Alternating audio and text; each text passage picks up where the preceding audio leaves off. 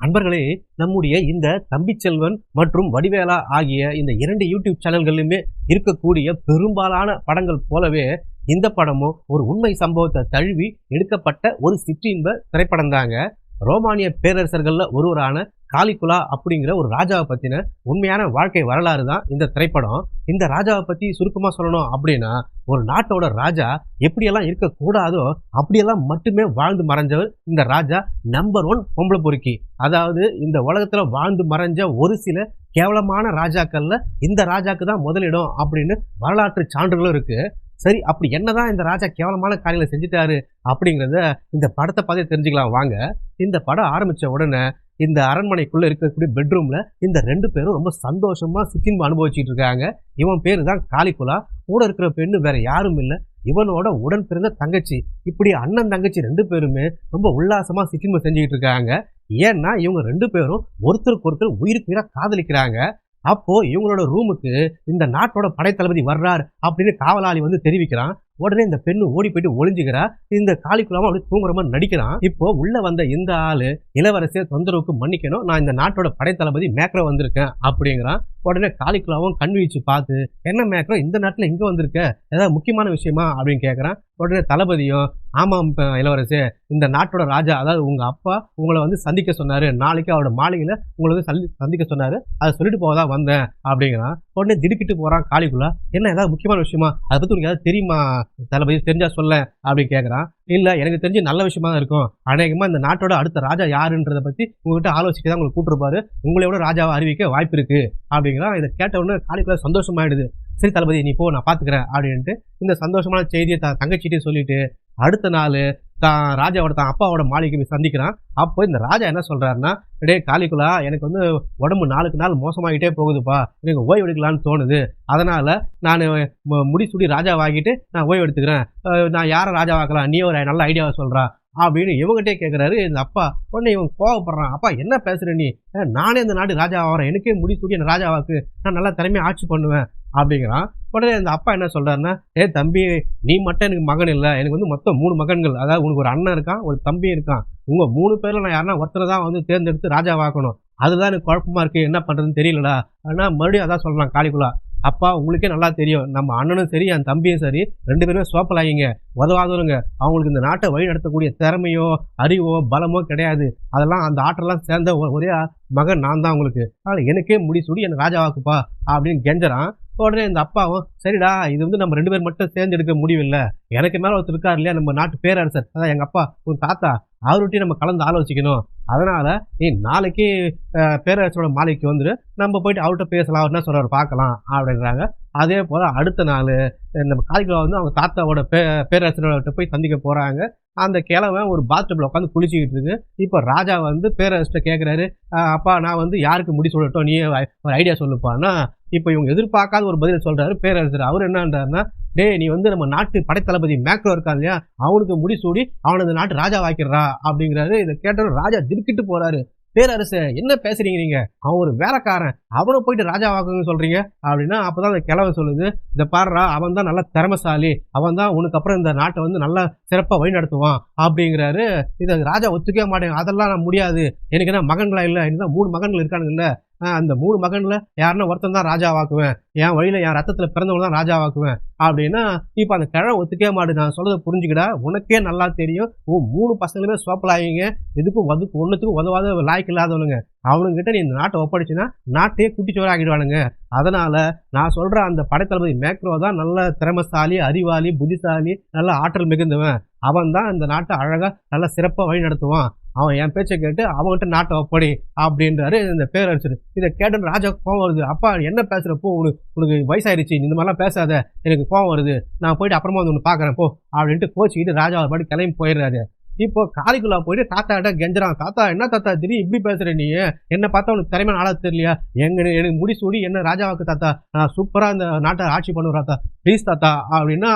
இந்த பேரரசு ஒத்துக்கவே மாட்டேங்கிற கிழமை பங்கமா கலாய்க்கிறாரு காலிகுலாவை. டே போடா போடா, நீ எல்லாம் சின்ன பையன்டா, நீ எல்லாம் வந்து ஒரு பொம்மை வச்சு விளையாட தான் லாய்க்கு, போடா அப்படின்ற மாதிரி கலாய்ச்சோன்னு காலிகுலா கோவம் வந்துடுது. யோ கிழவா, நீ என்னையா என்ன ராஜா வாக்குறது, உன்னை போட்டு தள்ளிட்டு நானே ராஜா வாயிடுறேன் பாரு அந்த நாட்டுக்குன்ட்டு.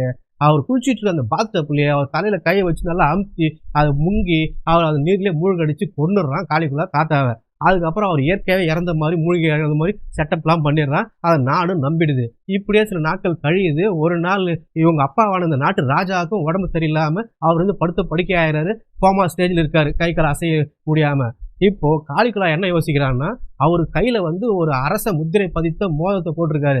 அந்த மோதிரத்தை நம்ம வந்து களவாண்டு நம்ம கையில போட்டுக்கிட்டோம்னா அதை அரசவையில காட்டி எங்க அப்பா தான் இதை கொடுத்து ஆட்சி பண்ண சொன்னாரு இந்த நாட்டை அப்படின்னு சொல்லலான்ட்டு அதை பிளான் பண்ணி அந்த ராஜாவோட ரூம்ல யாரும் இல்லாத சமயமா பார்த்து இவன் உள்ள நுழைஞ்சு அவங்க அப்பாவோட விரல்ல இருக்கிற அந்த மோதிரத்தை வந்து இழுக்கிறான், அதை பறிக்கிறான். அதை இழுக்கவே முடியல, கழட்டவே முடியல, அவருக்கு கஷ்டமாகுது. இவன் இப்படி இந்த மோதிரத்தை புடுங்கிட்டு இருக்கும் போது இந்த ராஜாக்கு முழிப்பு வந்துருது. இந்த கோமா வந்து வெளியே வந்துடுறாரு. இந்த ராஜா குணம் அடைஞ்சு எந்திரிச்சு உக்காந்துடுறாரு. இப்போ காளிக்குலா திருன்னு முழிக்கிறான். ஐயோ ராஜாக்கு வேற இப்போ உண்மை தெரிஞ்சு போச்சு, நம்ம மோதிரத்தை திருட வந்தோம் அப்படின்ட்டு வேற வழி இல்லை, ராஜாவை அப்பாவை போட்டு தள்ளிடலாம் அப்படின்ட்டு பக்கத்துல ஒரு கண்ணாடி எடுத்து அடிக்கலான்னு போறான். உடனே இந்த ராஜா, டேய் என்னைய கொலை பண்ண பாக்குறியா, உன்னை என்ன பண்றான் பாரு, தளபதி உள்ள வாங்க, வந்து இவனை கைது பண்ணுங்க அப்படிங்கிறாரு. ராஜா குரல் விடுறாரு. இப்போ தளபதி உள்ள வர்றான். நம்ம காளிக்குலா பயப்படுறான், ஐயோ நம்ம கதை முடிஞ்சது அப்படின்னு. இங்கதான் ஒரு ட்விஸ்ட். இந்த தளபதி வந்து நேரம் என்ன பண்றான், இளவரசே நீங்க பயப்படாதீங்க, என்னைக்குமே நான் உங்களுக்கு தான் ஆதரவு, இந்த காரியத்தை நீங்க பண்ணாதீங்க, உங்களுக்கு பத்தி உங்க அப்பாவை நான் போட்டு தள்ளுறேன் அப்படின்னு சொல்லி அவன் பக்கத்துல ஒரு துணி எடுத்து அந்த ராஜாவை இந்த படைத்தளபதியை கழுத்தை நெரிச்சு கொன்னுடுறான்.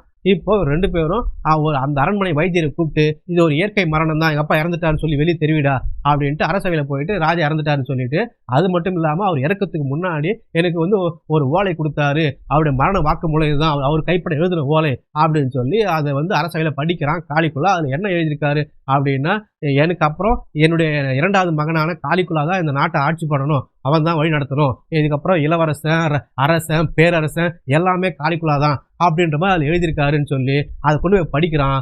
இப்போ அந்த அரசவையில் இருக்கிற எல்லாருக்குமே தெரியுது இவன் வந்து பொய் சொல்றான் அப்படின்னு. இருந்தாலும் எல்லாருமே அவனை பார்த்து பயப்படுறாங்க. இவன் அண்ணன் தம்பிங்க மந்திரிங்க எல்லாம் பயப்படுறாங்க, நம்ம எதிர்த்து பேசுறான், இவன் நம்மளை கொன்னுடுவான் அப்படின்ட்டு அவங்களும் ஆமான்னு தலையாட்டிக்கிறாங்க. இப்போ இவனே தன்னைத்தானே ராஜா அப்படின்னு சொல்லி அறிவிச்சுக்கிறான். அந்த நாட்டில் இவன் நாட்டை வந்து ஆட்சி செய்ய ஆரம்பிச்சிடுறான். இப்போ இவன் தங்கச்சிக்காரி கூப்பிட்டு இவனுக்கு ஒரு அறிவுரை சொல்றா, டே அண்ணா, இப்போ நீ முன்ன மாதிரி இல்லை, இப்போ இளவரசன் இல்லை ராஜாவாயிட்ட, கொஞ்சம் பொறுப்பா நடந்துக்கடா, எச்சரிக்கையா எல்லார்கிட்டையுமே அப்படிங்கிறா. என்னடி சொல்றேன்னா, யார்கிட்ட எச்சரிக்கையா இருக்கணும்னா குறிப்பா அந்த நம்ம நாட்டு படைத்தளபதி இருக்க மத்திய மேக்ரோ அவங்ககிட்ட எச்சரிக்கையா இருறா அப்படிங்கிறா. அதுக்கு இவன் கேட்கறா, என்னடி பேசுற, அவன் தான் நமக்கு ஆதரவா இருக்கானே, நமக்கு சப்போர்ட் பண்றானே, அப்படி இருக்கும்போது அவன்கிட்ட நான் என்ன பிரச்சனைன்னா, அதுதான் நீ யோசிக்கணும். அவன் வந்து நீ ராஜா ஆகணுங்கிறதுக்காக நம்ம அப்பாவே போட்டு தள்ளவன், நாளைக்கு அவன் ராஜா ஆகணும்ன்ற ஆசையில உன்னையே போட்டு தள்ள மாட்டான்னு என்ன நிச்சயம், ஆனால் அவன் எச்சரிக்கையாடுறான்ற. ஆமாடி நீ சொல்றது கரெக்ட் தான் அப்படின்னு அண்ணன் தங்கச்சி பெட்ரூம்ல உட்காந்து பேசிக்கிட்டு இருக்காங்க. அப்போ அந்த ரூமுக்கு பின்னாடி இருந்து ஏதோ வினோதமான சத்தம் கேட்குது, முக்கல் முனகல் சத்தம்.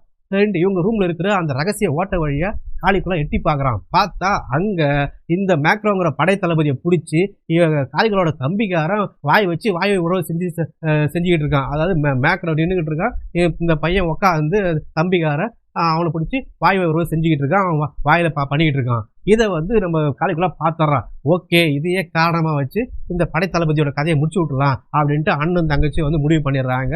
இப்போ அடுத்த நாள் அரசவை கூடுது. மேக்ரோன்ற இந்த படைத்தளபதியை கூப்பிட்டு காளிக்குலா விசாரிக்கிறான், என்னடா ஆச்சு, என்னடா சங்கதி அதுன்னா. அப்போ சொல்றான் தளபதி, அரசே என் மேல எந்த தப்பும் இல்லை, நான் அந்த பக்கம் போயிட்டு இருந்தேன், உங்க தம்பி தான் கட்டாயப்படுத்தி என்னை கூப்பிட்டு என்னை நிற்க வச்சு என் ஃபேண்ட்டை உருவிட்டு அவர் வாயை கொண்டு வந்து என் உறுப்பில் வச்சுட்டாரு, வச்சு சுவைக்க ஆரம்பிச்சிட்டாரு, எனக்கு அப்புறம் அது பிடிக்கலன்னு சொல்லி அவர் தள்ளி விட்டு நான் பாட்டு போயிட்டாரு சார், இதுதான் நடந்தது, என் மேல எது தப்பு இல்லை அப்படிங்கிறான். உடனே இப்போ காளிக்குலா என்ன சொல்றான், இந்த பாரு நம்ம வந்து ஆட்சியில வந்து எந்த தப்புனாலும் அது யார் அண்ணனா இருந்தாலும் தம்பியா இருந்தாலும் சரி தளபதியா இருந்தாலும் தப்பு தான், அவங்களுக்கு தண்டனை வழங்கியே தீரணும், அதுதான் ஒரு சிறப்பான ஆட்சிக்கு அழகு, நீ போய்ட்டு என் தம்பி இழுத்துட்டு வா, அவங்ககிட்ட விசாரிச்சுட்டு உடனே நான் தீர்த்து சொல்லிடுறேன் அப்படின்ட்டு கூப்பிட்டு வரான்னா. அதே போல இந்த தளபதியும் போயிட்டு அந்த தம்பிக்காரனை இழுத்துட்டு வர்றான். இப்போ இந்த தம்பிக்காரனை தனியாக கூப்பிட்டு விசாரிக்கிறான் காளிக்குலா. என்னடா ஆச்சுன்னா அந்த பையன் ஒத்துக்கிறான், அண்ணே மன்னிச்சிருந்தேன், நான் அந்த மாதிரி ஆள் தான், நான் வேணு சேர்க்கையால எனக்கு வந்து படைத்தளபதி பிடிச்சிருந்துச்சி, நான் தான் அவனை கட்டாயப்படுத்தி அவனோட வந்து வாய் உறவு செஞ்சேன் அப்படின்றான். ஆனால் இந்த காளிக்குலா என்ன சொல்கிறான்னா, டே தம்பி, தப்பு நீயே பண்ணியிருந்தாலும் நீ வந்து என் தம்பி ஆகிட்ட, உனக்கு வந்து நான் தண்டனை கொடுக்க முடியாது, தண்டனைங்கிறது மரண தண்டனை, சாதா தண்டனை இல்லை, அதனால உன்னை கொல்ற விருப்பம் எனக்கு இல்லை, அப்படின்னா நீ உயிர் வாழணும்னு விருப்பம் இருந்தா நீ என்ன பண்ணு, பழி அவன் மேலே போட்டுரு, அவன் தான் உன்னை கட்டாயப்படுத்தி பலாத்காரம் பண்ணான், அவன் உன்னை போட்டு அமைக்கி அவன் உறுப்பு எடுத்து வாயில திணிச்சிட்டான் அப்படின்ற மாதிரி வந்து அரசவையில் சொல்லிவிடு. உடனே நான் அவன் மேலே குற்றம் நிரூபிக்கப்பட்டு அவனுக்கு மனதை கொடுத்துட்றேன், நீ போய்ச்சுப்படா அப்படிங்கிறான். இப்போ இந்த பையனும் வேறு வழி இல்லாமல் அண்ணன் மேலே இருக்கிற பயத்தில் அதே போல் அவனை கை காட்டிடுறான். இந்த மேக்ரோன்ற தளபதி தான் என்னை பலாத்காரம் பண்ணான், நான் வேணான்னு சொன்னா கூட அவன் வாயில் திணிச்சுட்டான் அப்படின்னு உடனே காலிக்குள்ளானான்றான். ஓகே, குற்றம் நிரூபிக்கப்பட்டது, மேக்ரோ தான் குற்றவாளி, அவனை வந்து கைது செய்யுங்க, வாங்க காவலாளிகளை அவனை கைது செய்யுங்க அப்படின்னு மேக்ரோ கோவம் வருது. அடே காலிக்குலா, நம்பிக்கை துரோகி, என்னடா அப்படி ஒரு காரியத்தை பண்ணிட்டு, நான் உனக்காக என்னெல்லாம் செஞ்சேன், இந்த நாட்டோட ராஜாவை உனக்காக போட்டு தள்ளனடா, அவங்க அப்பா பண்ணடா, எனக்கு இப்படி பண்ண உனக்கு எப்படா மனசு வந்துச்சுன்னு புலம்பிட்டே இருக்கான். ஆனால் காலிக்குலா அதை கண்டுக்கவே இல்லை, அவனை கைது பண்ணி கூட்டு போயிடுறாங்க. இப்போ அடுத்ததா அவங்க தங்கச்சி மறுபடியும் இன்னொரு ஆலோசனை சொல்கிறான். இவனுக்கு வந்து ஆலோசனை சொல்கிறது மொத்தம் இவங்க தங்கச்சி தான். இவங்க தங்கச்சி சொன்னால் மட்டும் தான் அவன் கேட்டுக்கிறான். என்னடி அப்படின்னா, இப்போ நீ வந்து அடுத்தா கல்யாணம் பண்ணிக்கணும்டா, இந்த உங்க கூட வந்து அரசியல் உட்காரத்துக்கு ஒரு ராணி வேணும்டா அப்படிங்கிறான். உடனே அவன் என்னடி பேசுகிறேன், நான் தான் உன்னை உயிருக்கு உயிராக காதலிக்கிறேன், உன்னை தவிர நான் வேறு யாரையும் மனைவியாக நினச்சி கூட பார்க்க மாட்டேன், உனக்கு தெரியும் இல்லையா, நான் படுக்கிறது ஒன்றா 1000 பெண்ணோட படுத்துப்பேன், ஆனால் மனைவின்னு இருந்தால் அது நீ தான்டா, நீ தான் அடி அப்படிங்கிறான். உடனே அவன் திட்டுறா, ஏய் பைத்தியம் மாதிரி பேசாதா, நமக்கு உடன் பிறந்த அண்ணன் தங்கச்சிங்க, அதனால் வந்து இப்போ இது சரிப்பட்டு வராது, நம்ம வந்து இந்த உறவுல பிரச்சனை கிடையாது, நம்ம தகாத உறவு என்றைக்குமே நீடிக்கும், நீ பேருக்கு ஏதாவது ஒரு பெண்ணை பிடிச்சி தாலி கட்டி மனைவின்னு ஆக்கிக்க, கணக்குக்கு பக்கத்தில் உட்கார வச்சுக்க, அவள் வந்து ஒரு அடிமை மாதிரி இருக்கட்டும், மற்றபடி நம்ம இப்போ போல எப்பவுமே சந்தோஷமாக இருந்துருக்கலாம்டா, ஆனால் நீ பேருக்கு ஒரு கல்யாணத்தை பண்ணிக்கிடா அப்படிங்கிறா. சரி ஓகே அடி, இப்போ திடீர்னு கல்யாணம் பண்ண நம்ம எங்கடி போகிறது அப்படின்னு கேட்டோன்னே, அதுக்கு என்ன பஞ்சமாடா, நம்மகிட்ட தான் அந்த புறத்தில் 1008 அழகிகள் இருக்காங்களே, அது உங்களுக்கு பிடிச்ச ஒரு பெண்ணாக பார்த்து செலக்ட் பண்ணி அவளே ராணி ஆக்கிக்கலாம் அப்படிங்கிறாங்க. சரின்ட்டு இப்போ அண்ணனும் தங்கச்சியும் அந்த நாட்டோட அந்த புறத்துக்கு போகிறாங்க. அங்கே நிறைய பெண்கள் இருக்காங்க அழகழகாக. இப்போ ராஜா வந்து நம்மளுக்கு செலக்ட் பண்ண மாட்டாரா அப்படின்ட்டு எல்லாமே அப்படி தன்னுடைய கவர்ச்சியை காட்டுறாங்க. எல்லாம் பிறந்த மாரியே நிற்கிறாங்க. இவனுக்கு எந்த பெண்ணுமே பிடிக்கல. கடைசியாக ஒரு பெண்ணை பார்க்குறான், ரொம்ப அழகாக இருக்காங்க இந்த பெண்ணு. இவனை பார்த்தோன்னே நம்ம காலிக்குள்ளே பிடிச்சி போகுது. உடனே அந்த பெண்ணை செலக்ட் பண்ணி அவளை வந்து தன்னுடைய பெட்ரூம் கூப்பிட்டு போயிட்டு அந்த பெண்ணோட உடனே சிட்டின் ஈடுபடுறான். அதாவது அவன் டெஸ்ட் பண்ணுறான், தன்னுடைய ஆசைக்கு இவங்க ஒத்துழைக்கிறாளா, நல்லா கம்பெனி கொடுக்குறாளா இவ அப்படின்ற மாதிரிலாம் அந்த சிட்டின் செஞ்சு பார்த்துட்டு அந்த பெண்ணு நல்லா ஈடு கொடுக்குறா, கம்பெனி கொடுக்குறா. இவனுக்கு அது ரொம்ப ராஜாவுக்கு பிடிச்சி போயிடுது. யூ ஆர் செலக்டட் அப்படின்றாரு. உடனே அடுத்த நாள் அந்த பெண்ணை தாலி கட்டி மனைவி. அடுத்ததா இந்த கைதிகளுக்கெல்லாம் மரண தண்டனை கொடுக்கக்கூடிய ஒரு நாள் வருது. அப்போ ஒரு மைதானத்தில் இந்த கைதிகளை கூப்பிட்டு வந்து அவங்கள மண்ணில் புதைச்சிட்டு தலையை மட்டும் வெளியே விட்டுட்டு ஒரு சக்கரம் மாதிரியான வண்டியில் கொண்டு வந்து அவங்க தலையை வெட்டி எடுக்கிறாங்க. அப்போது பொதுமக்கள்லாம் சூழ்ந்து நின்று எல்லாரும் தக்காளி, அழுகின தக்காளி, முட்டையெல்லாம் அடித்து அதை வந்து ஒரு கொண்டாடுறாங்க அந்த மரண தண்டனையை. அப்படி ஒரு திருவிழாமல் நடத்துகிறாங்க. அந்த நிகழ்ச்சி நடந்துக்கிட்டு இருக்கு. அப்போது காலிக்குள்ளே உட்காந்து பார்த்துக்கிட்டு இருக்கான். அதில் இவன் இந்த மேக்ரோன்ற படை தளபதி இருக்கான். அவன் மேலே காலிக்குள்ளே அந்த தக்காளி முட்டையெல்லாம் எடுத்து அடிக்கிறான். அவனுக்கு அந்த மரண நிறைவேற்றுறாங்க. அதே சமயம் அங்கே பொதுமக்களில் இந்த ஒரு ஜோடி 2 பேர், இந்த பெண்ணும் அந்த பையனும் உட்காந்துக்கிட்டு இருக்காங்க. இதை வந்து காலிக்குள்ளா பார்க்குறான். இவ்வளோ தான் தங்கச்சியை கேட்குறான், ஏய் யாடி அந்த பெண்ணு ரொம்ப அழகாக இருக்காளே, யார் அதை பார்க்கவே இல்லையே அப்படிங்கிறான். அப்போ தான் அவன் தங்கச்சிக்காரி சொல்கிறா, ஏய் அவங்க 2 பேர் காதலர்கள்ரா, நாளைக்கு அவங்களுக்கு திருமணம்டா அப்படிங்கிறா. அப்படியா, எனக்கு சொல்லாமல் கல்யாணமா அப்படிங்கிறான். இப்போ மறுநாள் காலையில் அந்த கல்யாண மண்டபத்துக்கே போகிறான். அதாவது இவன் தங்கச்சி பொண்டாட்டிலாம் கூப்பிட்டுக்கிட்டு கல்யாணத்துக்கு போகிற மாதிரி போகிறான். இப்போ எல்லாம் அந்த கல்யாண மண்டபத்தில் ஆச்சரியப்படுறாங்கடா, அந்த கல்யாணத்துக்கு ராஜா வந்துட்டாரு அப்படின்னு கரெக்டாக முகத்துக்கு நேரத்துக்கு போய் நிற்கிறாரு. இப்போ போயிட்டு எல்லாரும் என்ன சொல்கிறாருன்னா, இதை பாருங்க எல்லாரும் கவனிங்க, நான் சொல்ல கேட்டுங்க, இனிமே இந்த நாட்டில் எங்கே யாருக்கு எந்த பெண்ணுக்கு கல்யாணம் ஆனாலும் முதல்ல எனக்கு தெரிவிக்கணும்.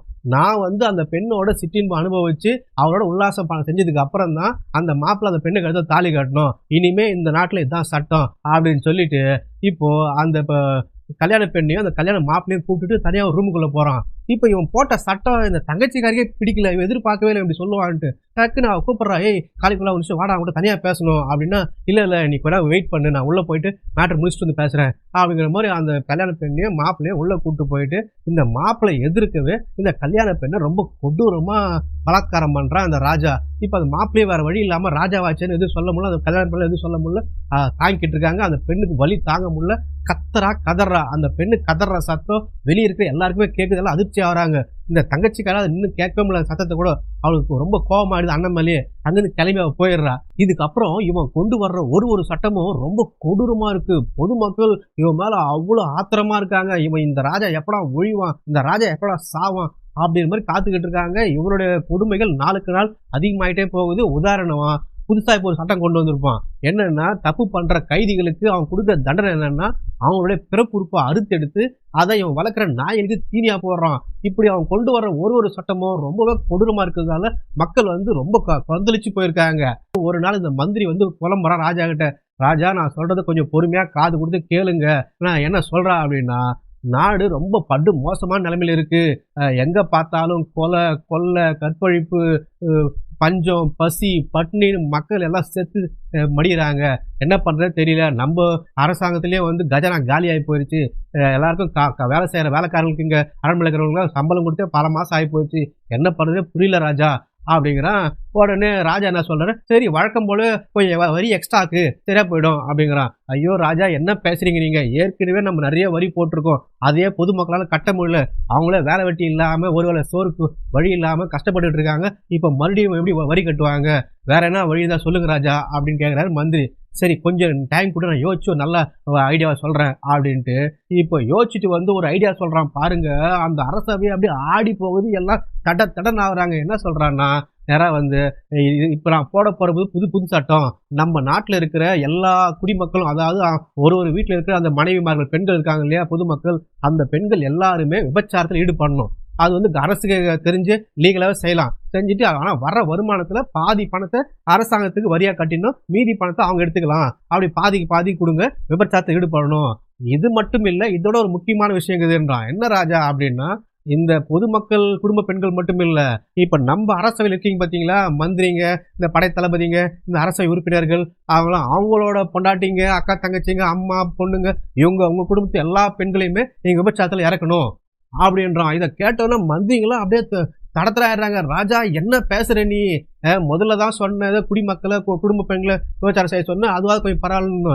எங்க வீட்டு பெண்கள் எல்லாம் கூட நாங்க அரசவை உறுப்பினர்கள்னா அப்பா எதுக்கு அப்படின்னா, அதுக்கு ஒரு காரணம் சொல்றான் பாருங்க. நம்ம நாட்டுக்கு அண்டை நாடுகள்ல இருந்து வியாபாரம் பண்றதுக்கு பெரிய பெரிய பணக்கார வியாபாரிகள்லாம் நம்ம நாட்டு சந்தைக்கு வர்றாங்க இல்லையா வியாபாரம் பண்ண. அப்போ நீங்க உங்க வீட்டு பெண்கள், அரசவை பெண்கள் நல்லா அலங்காரம் பண்ணி கொண்டு போயிட்டு அந்த சந்தையில நிப்பாட்டினீங்கன்னா, அந்த வெளிநாட்டு வியாபாரிகள் வந்தானுங்கல்ல, அவனுக்கு வியாபாரம் செய்ய கொண்டு வந்த பணத்தை எல்லாம் வந்து உங்க பொண்டாட்டி உங்க அக்கா தங்கச்சிகளோட படுத்துட்டு அதை வந்து மொத்தமா கொடுத்துட்டு போயிடுவானுங்க. அதன் மூலமா அந்த பணக்கார வியாபாரி ஏழை ஆகிறது மட்டும் இல்லாம, அவனுங்க மூலமா அந்த நாடே வந்து பொருளாதாரத்தை சீர்குலைஞ்சு அந்த நாடும் ஏழை நாடாகி அந்த வீழ்ச்சி அடைஞ்சிடும். அப்படி பார்த்தா ஆட்டோமேட்டிக்கா நம்ம வந்து இந்த உலகத்திலே முதன்மையான நாடா, வளர்ச்சி அடைந்த நாடா ஆயிடுவோம். எப்படியா ஐடியா அப்படிங்கிறான். இதை கேட்ட உடனே அப்படியே எல்லாம் கிருகிருன்னு ஆயிடுறாங்க மந்திரிங்க. ஐயோ ராஜா, என்ன இது கேவலமான ஐடியா இருக்குது, இதுக்கு நான் சம்மதிக்கவே மாட்டேன் அப்படிங்கிறாங்க. உடனே ராஜா கூட கூலா சொல்றான் காளிக்குள்ள, இது நான் கொடுத்த ஐடியாவுக்கு என்னுடைய சட்டத்துக்கு கட்டுப்பட்டவங்க மட்டும், உடன்பாடு இருக்கவங்க மட்டும் ஏன் பின்னாடி நின்றுங்க. உடன்பாடு இல்லை கட்டுப்படாதவங்களாம் அப்படி தள்ளி நில்லுங்க. அவனா ஒரு சிலர் ஒத்துக்க மாட்டேன்றான். நான் வந்து என் முன்னாடி கொடுக்க மாட்டேன், என் அக்கா தாச்சி கொடுக்க மாட்டேன், ஒத்துக்க மாட்டேன் அப்படின்ற மாதிரி. அந்த மந்திரிகள் எல்லாம் வந்து என்ன பண்றான்னா, கடல்ல நம்ம மீன் பிடித்து வலை போடுவாங்கல்ல, அந்த மாதிரி வலை போட்டு கொத்து கொத்தா எல்லா மாதிரியும் பிடிச்சி தூக்கிட்டு போயிட்டு அப்படியே கும்பலுக்கு கூட்டா சேர்த்து அவங்கள மரண தண்டனை கொடுத்து சாகடிக்கிறான். இப்படி அவங்க ஒத்துக்காத எல்லாரையும் சாகடிச்சிடறான். மிச்சம் மீதி இருக்கு கொஞ்சம் மந்திரிக்க மாட்டான். உயிருக்கு பயந்துக்கிட்டு அவங்க அக்கா தங்கச்சியெல்லாம் அனுப்பி வைக்கிறாங்க. இப்போ அந்த நாட்டில் விபச்சார தொழில் நல்லா கொடி கட்டி பறக்குது. ஒட்டு மொத்த நாடையே விபச்சார விடுதியா மாத்திடுறான். இப்போ நல்ல பணத்துல கொழிக்க ஆரம்பிக்கிறான். இவனுக்கு தனியா ஒரு சொகுசு பங்களா கட்டுறான் அந்த வர வருமானத்துல. இப்போ இவனை பிடிக்காத சில மந்திரிலாம் தனியா கூட்டா உட்காந்து பேசுறாங்க, திட்டம் போடுறாங்க. இவன் வந்து ரொம்ப மோசமாயிட்டான், அதுக்கப்புறம் விட்டோம்னா இந்த நாட்டை சுடுகாடா மாத்தாம விட மாட்டான், அதுக்குள்ளே இவனை போட்டு தள்ளி ஆகணும் அப்படின்ட்டு ஒரு திட்டம் போடுறாங்க. இப்போ ஒரு நாள் அப்படிதான் அவன் தான் கட்டிக்கிட்டு இருக்க சொகுசு பங்களாவுக்கு அதை வந்து எப்படி கட்டிக்கிட்டு இருக்காங்க பார்க்கலான்னு சுற்றி பார்க்க போறான். அப்படி அவன் உள்ள போறதுக்கு முன்னாடி தான் மனைவியும் மகனையும் வெளியே விட்டுட்டு இவன் உள்ள போறான். அப்போ அங்க இருக்கிற ஒரு மந்திரி இவன் கத்தி எடுத்து குத்துறான். அப்போ எல்லாம் காவலையெல்லாம் பாக்குறாங்க. காவலை தன்னை வந்து காப்பாற்றுவாங்க அப்படின்னு நினைக்கிறான். அதான் இல்ல, அந்த காவலில் இதுதான் சரியான சமயம், இந்த ராட்சசனை போட்டு தரலான்ட்டு எல்லாருமே இந்த காவலை ஈட்டத்தை வந்து அந்த ராஜா குத்தி அப்படியே கொலை பண்ணி சாவடிச்சிடறானுங்க. உடனே இவங்க அண்ணங்காரன் ஒருத்தருக்கான் சோப்பலாங்க ஆளு, அவங்க நம்ம தலைமத்தி கிரீடத்தை வச்சு அடுத்த ராஜா இவன் தான் சொல்லி அறிவிச்சு பண்ணிடுறாங்க. இந்த இடத்துல இந்த படம் முடியுதுங்க.